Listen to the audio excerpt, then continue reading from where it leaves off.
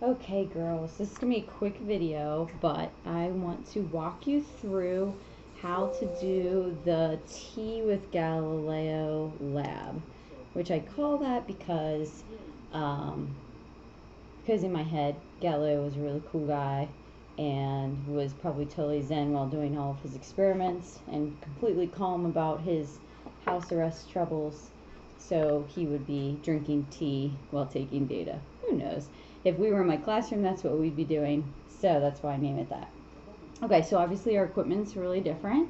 I will tell you that I'm having a new appreciation for this fella who did this 400 plus years ago, using a water, it was like you kind of saw a version of it in the video if you've already watched it, the PBS video. He used what we would call kind of a water watch. So even though our equipment's really crude, he, was doing this in 1600 and he could pull it off, so can we. So here's what we're going to do. You have 3 pieces of narrow cardstock. Yours might be different colors. It was like pink and blue and maybe a tan. This is bright green, you can't really tell. But there are 3 pieces of cardstock that were narrow, and I have folded them just to have like 2 sides, if you can see here.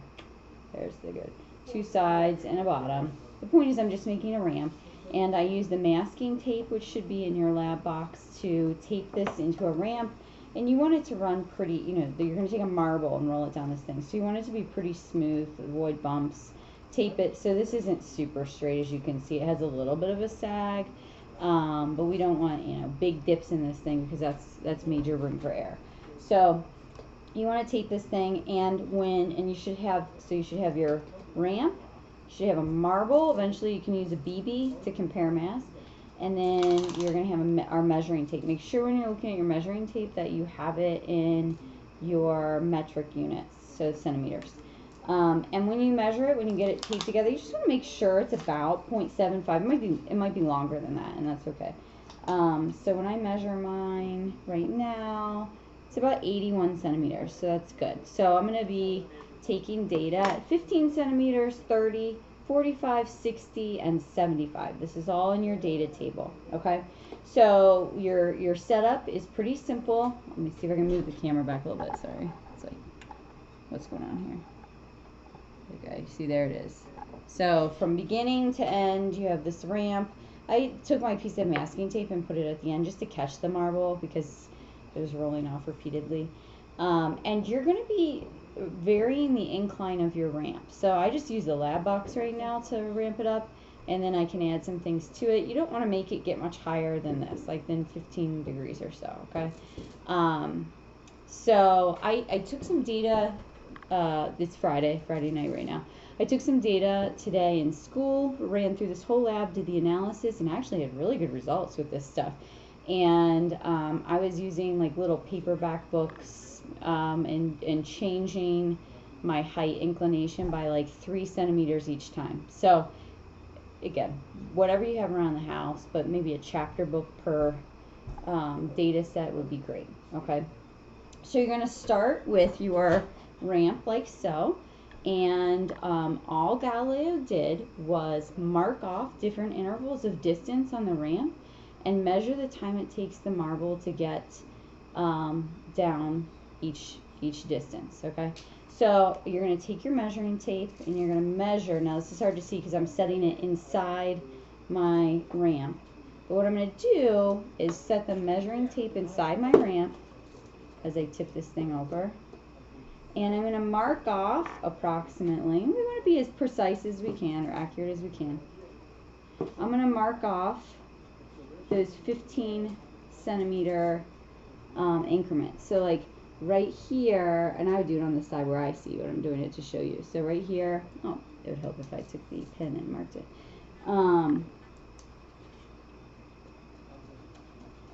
Right here, oh, dead pen, I think, is 15 centimeters. So I'm just marking it with a line. There we go, finally. And then I'm going to go up to 30. So that's about 30. And measure a little bit more carefully than I am live on this video, but 45, 60, and then all the way up to 75, okay? So just so that I know where I'm releasing the marble from. So when you're done, I don't know how well you can see that, but these little pen marks are going to indicate the places I'm going to release the marble from.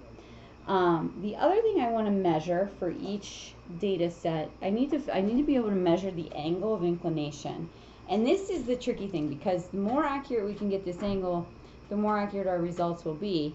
And it's because this is a little bit bent, the thickness of the paper is something to take into account. It's hard to get an accurate result here. But at the top of each of the data tables, I ask you to measure the height of your ramp and the length of your ramp. We're essentially making a right triangle out of this. Now, if you've not done, you've all done right triangle trig, but if it's been a little while, we will review it on Wednesday, so don't stress. We're headed into that direction with vectors. So you're gonna pick a point on your ramp and measure the height. So let's say I pick this point, I would be measuring the height, hopefully accurately. So on my side, and you're gonna measure the height to the bottom, to where the marble will sit, not to the top, because nothing's sitting on that. So you're gonna measure the height to the bottom. So when I do it, this looks like 4.2 centimeters. And so that's my H, and then I'm gonna measure the length from the bottom up to wherever I measured the height. Again, I'm making a right triangle out of it, okay?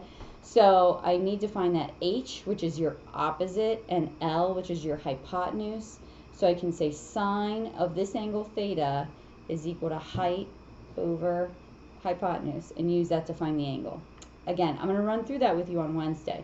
So for now, I just need you to accurately measure height and length for each of these trial runs. So what essentially is changing, if I take another box, and I've changed my angle of inclination suddenly, right? It's a steeper ramp for my next data set. So I've changed the height, or I should not really have changed the length.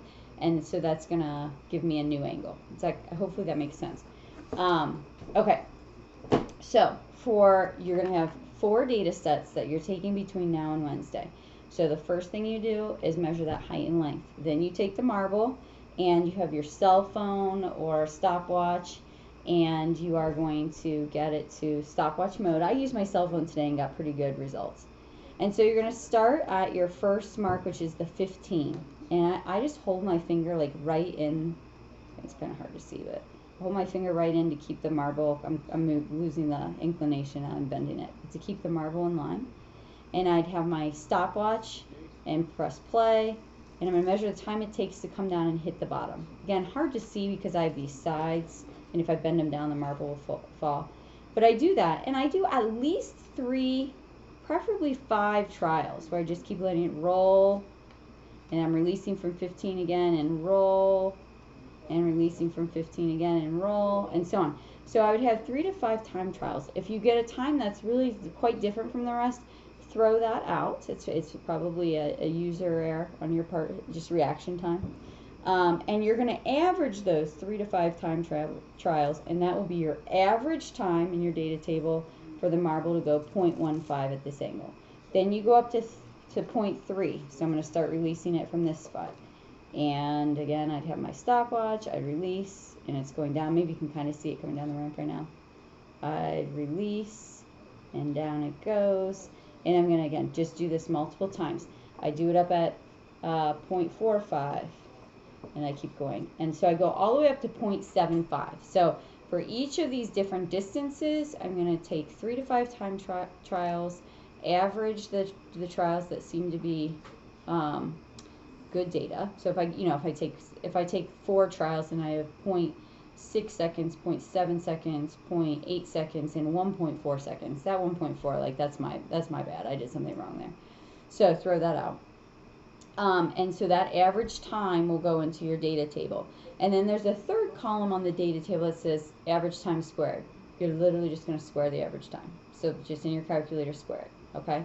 So between now and Wednesday, you are going to go through just all of this data collection. So this part's a little bit dry. This is, again, the part in my classroom you'd be having tea. I'd make you listen to Mozart.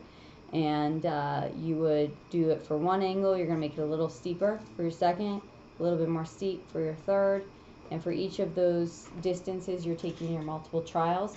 And then I ask you to do it for a BB. The BB is the really, really tiny, I think you all know what one is, but these little things. So the idea is to see, does mass impact how this thing comes down the ramp. Now, let me say this really quickly. It's not supposed to impact how it comes down the ramp, but the one thing that we're really ignoring here, and I put this in the lab write-up, is that the marble and the BB, they're rolling down the ramp. And rolling motion is really complex. I love to teach rolling motion. I won't. It's like college stuff. But so when something is rolling, it starts with, you know, in junior high, and we'll talk about this later this year, you learn about like potential energy and kinetic energy, right? So the marble starts with some potential energy up here at the top, and this potential energy is going to be transformed into kinetic energy. The rolling takes about half, actually a little bit more, depends on diameter, of the potential energy and transforms it into rotational energy. You might be saying, Mrs. Rosen, you're getting out of hand. It's late Friday night. You're making no sense. The point of this is we're going to lose a lot of energy on that roll. So Galileo could not accurately get that 9.8 number we talked about doing this. He was on the right path, and so we're going to talk about what he did after this. So this data was really, really important. It still proved acceleration. This is the way they first proved acceleration, which was huge in the world of physics. But we're not going to get results like 9.8. If you get a result like 3 or 4, which is, you know, a little bit less than half, that's great. That means we're doing really well here, because again, you're losing so much of that energy in the roll. So going back to my BB and the marble situation, in normal life they should fall at the same rate. I showed you that with some of the demos last week. But because we're letting them roll on this thing and they have very different diameters, we might see some sort of different and unexpected results. So we'll talk about that when you've done the data. Okay, so I will stop now because I'm rambling. Hopefully you know what you're doing. Again, just be very careful about measuring the height and the length on these triangles you're making. So to reiterate again, you want to measure the length to whatever height you measure. So if I decide to measure right here's height, then I measure the length to there. Or I could do it for the whole ramp, then I need to measure the height up to here, okay? So make a right triangle out of it. So I'm going to measure height and length for the ramp, and then I'm just taking time trials for each of these distances, and I'm going to put the average of those time trials into my data table. So when you come to class on Wednesday morning, you shouldn't have done any analysis. It's just all this measurement. So half of it will be blank. You're going to have all of your times filled in, and then height and length filled in. Okay? Have a great weekend. See you Wednesday morning.